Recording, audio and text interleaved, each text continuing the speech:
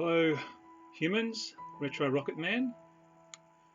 Today we're going to be looking at a Batman Missions basic figure, about 6 inches, and it's, I think it cost me about $12 in the local toy store, and we're going to be making this guy look a bit more world-worthy, if you like. I don't know how to describe it. At the moment he's just a basic toy, so we want to give him a bit more of an adult collector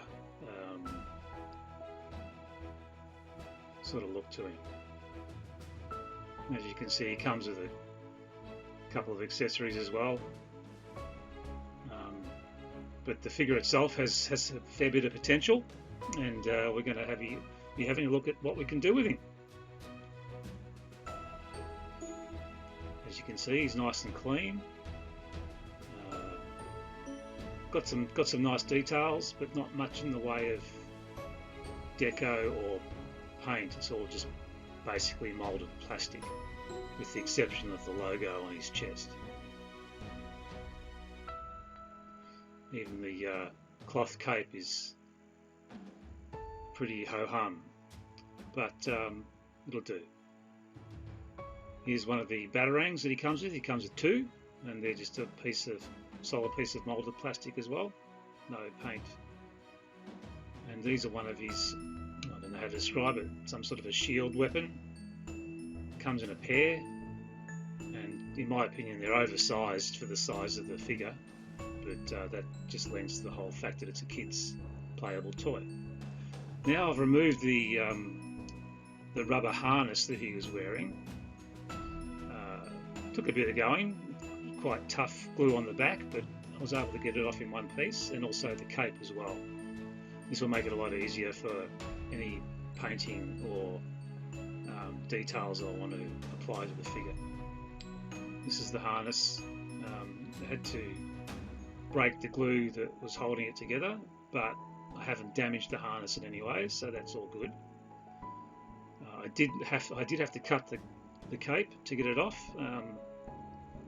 but it's still reusable if I want to use it down the track. I'm applying some Tamiya olive green, just to give the harness some maybe more of a militaristic, if that's the word you can use. Make it look more militaristic. That's a big word to say. And this is the start of the paint applications. Here I'm applying some good old trusty shoe polish to the body. I feel that the light blue of the character is far too clean for my liking, so I'm going to grunge it down, and this stuff works a treat. As I've done many times before, you just liberally brush the shoe polish on and let it sink into all the little creases and folds in the sculpt, and then you can wipe the excess off, so it's not quite so jarring to look at, to calm down the darkness of the suit. In this case, I've let it dry a little bit.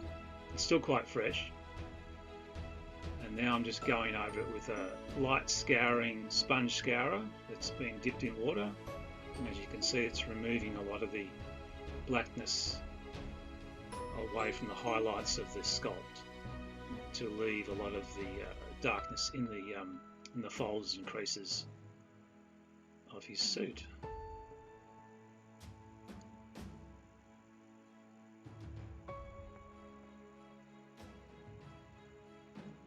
Having gotten that to an acceptable level, as you can see, I've applied it to all parts of the body, including the boots and gloves. And now I'm applying more shoe polish to the cowl area and his mask, just to make it all look uniform.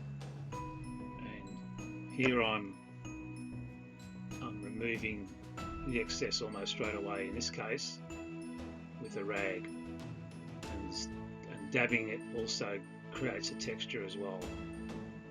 So depending on the sort of finish you might be wanting, there are different approaches. Returning now to the harness, I have painted it other parts of the harness silver, and now I'm applying the shoe polish to those areas to grunge them up and take a bit of shine off the silver areas.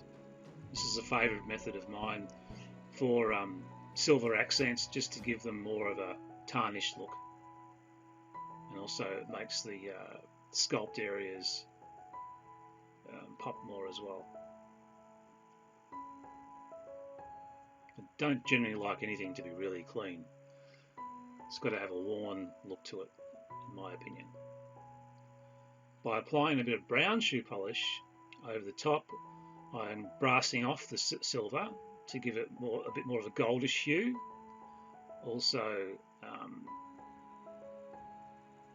just makes it look a bit grungier as well. This is just to give it further depth and interest. You can go as heavy or as light as you like with this stuff. Again, you can remove the excess off to calm down that look too, depending on the intensity of the effect you're after.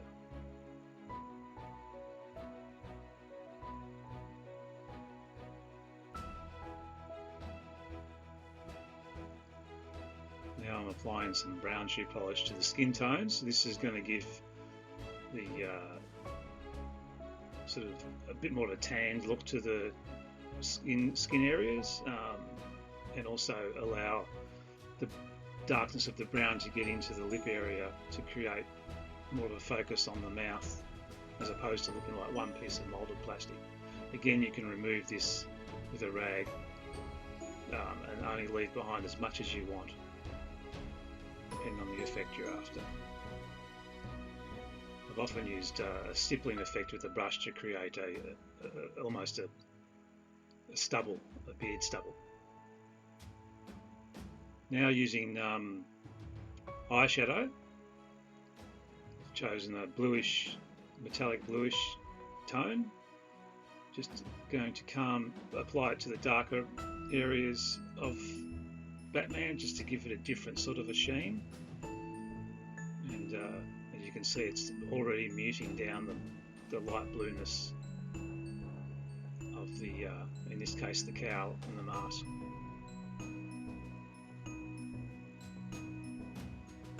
And I'm also applying it generally to the entire body as well. This just takes a bit of the sheen off the light blue plastic areas and uniforms the whole look. It's a very subtle effect, but it looks really good. Just takes that plastic feel away. When you matte something down, plastic is generally shiny and unrealistic. As soon as you matte it down, it starts to look much more part of the real world.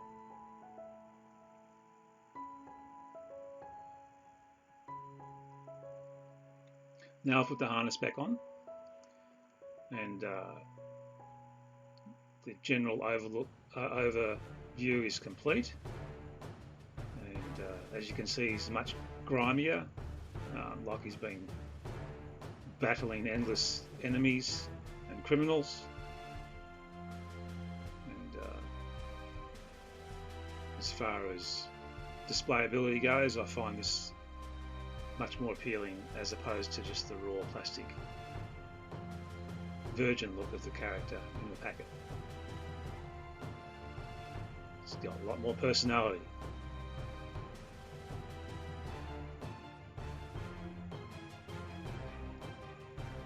Now it's time for a bit of silver dry brushing, just to scuff up some of the highlighted areas, as if he's been scratched and worn. been through the wars. It also creates another level of interest to the character and to certain parts of the sculpt. These are all different layers that make the figure much more appealing in the end.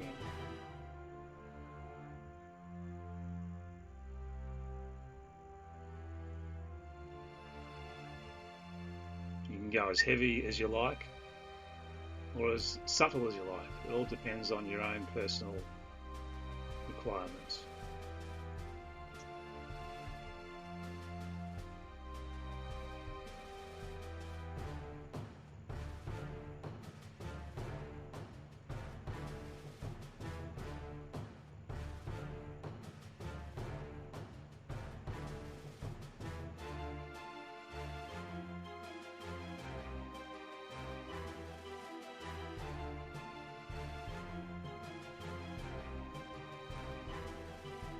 Applying the same method to the batarangs, just giving them a light silver dry brushing, and this just highlights the sculpt in these and makes them look like he's actually used them, thrown them at somebody or something. Naturally, it would look more realistic in his hands, given what I've done with the body itself, as opposed to just holding a couple of pieces of moulded plastic. Makes them look more metallic.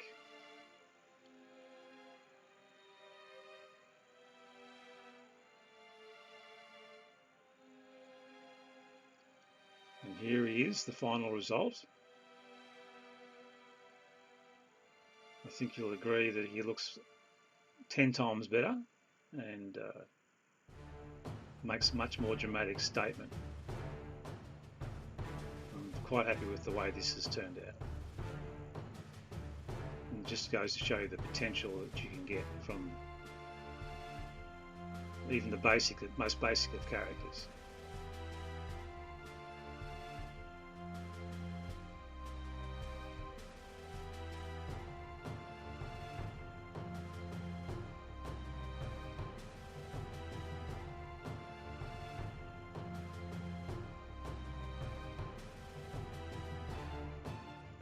So there you have it, fellow humans. Hope you enjoyed this video, and there will be another one Batman related video coming up soon, so stay tuned for that.